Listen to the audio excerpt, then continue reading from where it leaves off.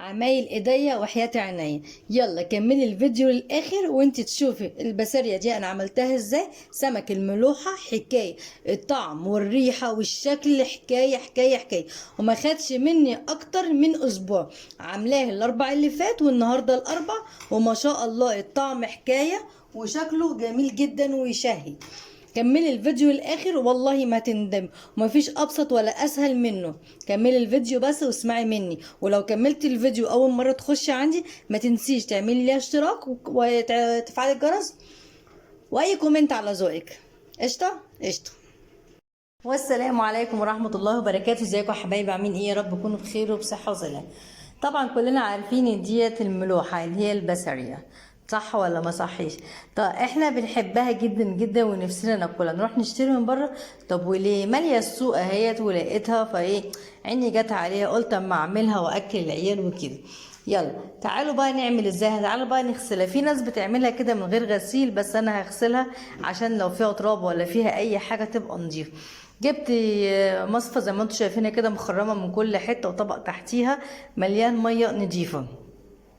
بقيت انزلها فيها كده واشطفها شطفه خفيفه كده، والميه اول ما الاقيها اتغيرت اروح مغيراها مره واتنين وتلاته. عملت الحركه دي يجي 3 مرات قدامكم. تمام تمام. بصي جميل ازاي. اهم شيء في ده كله ان دي لازم ينشف. انا بعمل الحاجات ديت بالليل، انا كده حاليا بالليل. حلو، انا شغاله في ده كده بالليل. تمام. بص الميه عامله ازاي، الميه عكره ازاي وشكلها وحش. عشان تيجي تاكلي كده تاكلي بنفس كده وتبقى طعمها حلوه كده ببقك وجميله، لازم تغسليها غسله نظيفه، ما تعملهاش بوسختها. ده حاطط ايده، ده حاطط ايده والتراب ومش عارف ايه، وكل ده ما بتبقاش ايه حلوه في الاخر. بصي بقى هنا الميه اتغيرت شويه، بقى لونها فاتح سيكه اهي، بقى لونها فاتح كتير مش سيكه كمان. يلا كفايه كده، هنسيبها كده لحد بالليل تصفى ميتها، وتاني يوم الصبح اقولك هنبدا نعمل ايه مع بعضين. تمام. بصي جميله ازاي وشكلها حلو وطعمها حلو، في كبير وفي صغير، يلعب كل شكل يا بطيسه زي ما بيقولوا. بدل ما تروحي تجيبي ملوحه من بره. يلا احنا كده تاني يوم. تمام تمام. تعالي جبت مناديل المطبخ ونزلت بالبسارية في قلب الصينيه وفرطتهم كده، وقلت اما انشف برضك عشان زياده تاكيد زياده تاكيد، ولكن انا متاكده مليون. والسلام عليكم ورحمه الله وبركاته. ازيكم يا حبايبي، عاملين ايه؟ يا رب تكونوا بخير وبصحه وسلام. طبعا كلنا عارفين ان ديت الملوحه اللي هي البسارية، صح ولا ما صحيش؟ طب احنا بنحبها جدا جدا ونفسنا ناكلها، نروح نشتري من بره. طب وليه؟ ماليه السوق اهيت ولقيتها، فايه عيني جت عليها قلت اما اعملها واكل العيال وكده. يلا تعالوا بقى نعمل ازاي. تعالوا بقى نغسلها. في ناس بتعملها كده من غير غسيل، بس انا هغسلها عشان لو فيها تراب ولا فيها اي حاجه تبقى نضيفه. جبت مصفى زي ما انتم شايفينها كده، مخرمه من كل حته، وطبق تحتيها مليان ميه نضيفه. بقيت انزلها فيها كده واشطفها شطفه خفيفه كده، والميه اول ما الاقيها اتغيرت اروح مغيراها مره واتنين وتلاته. عملت الحركه دي يجي 3 مرات قدامكم. تمام تمام. بصي جميل ازاي. اهم شيء في ده كله ان دي لازم ينشف. انا بعمل الحاجات ديت بالليل، انا كده حاليا بالليل. حلو، انا شغاله في ده كده بالليل. تمام. بص الميه عامله ازاي، الميه عكره ازاي وشكلها وحش. عشان تيجي تاكلي كده تاكلي بنفس كده وتبقى طعمها حلوه كده ببقك وجميله، لازم تغسليها غسله نظيفه، ما تعملهاش بوسختها. ده حاطط ايده، ده حاطط ايده والتراب ومش عارف ايه، وكل ده ما بتبقاش ايه حلوه في الاخر. بصي بقى هنا الميه اتغيرت شويه، بقى لونها فاتح سيكه اهي، بقى لونها فاتح كتير مش سيكه كمان.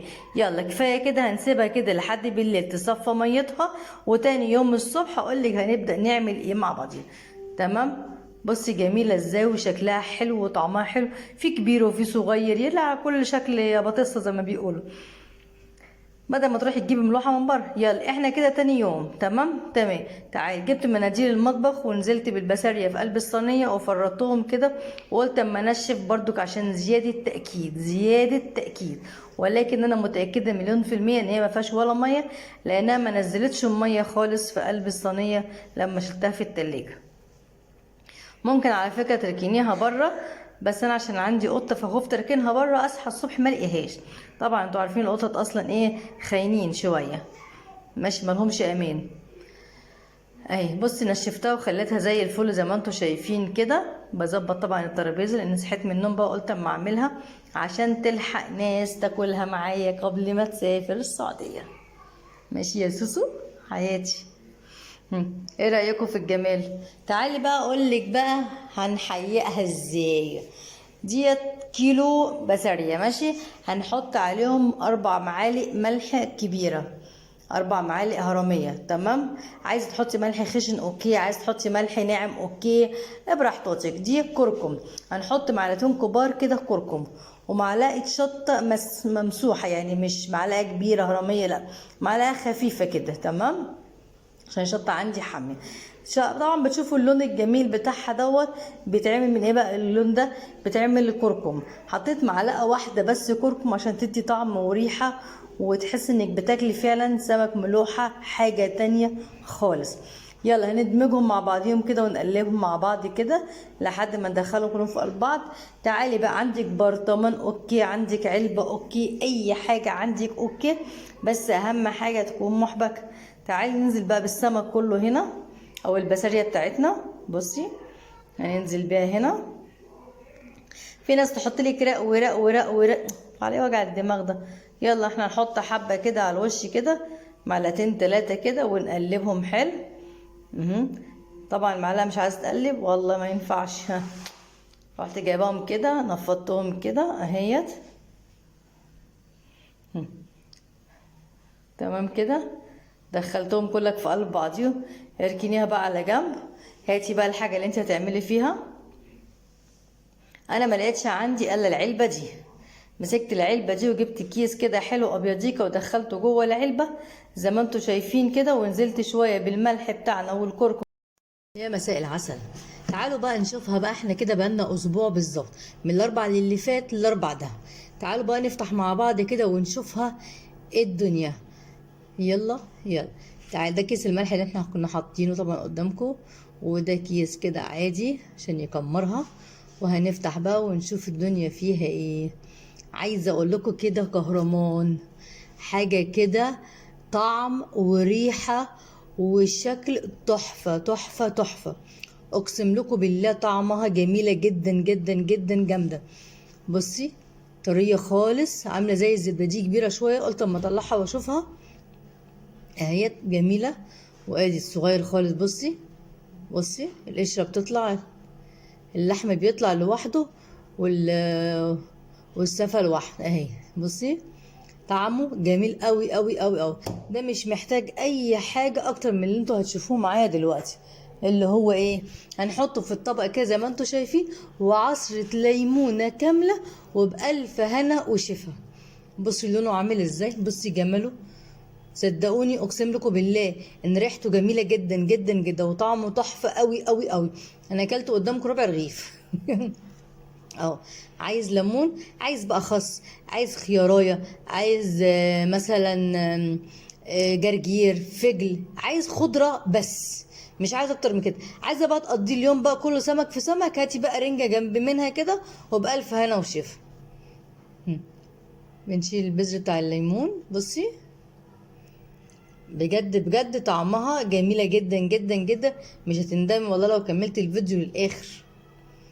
واعمليه وجربيه وشوفيه، اللي لقيتيه طعمه مش حلو يبقى ليك الكلام.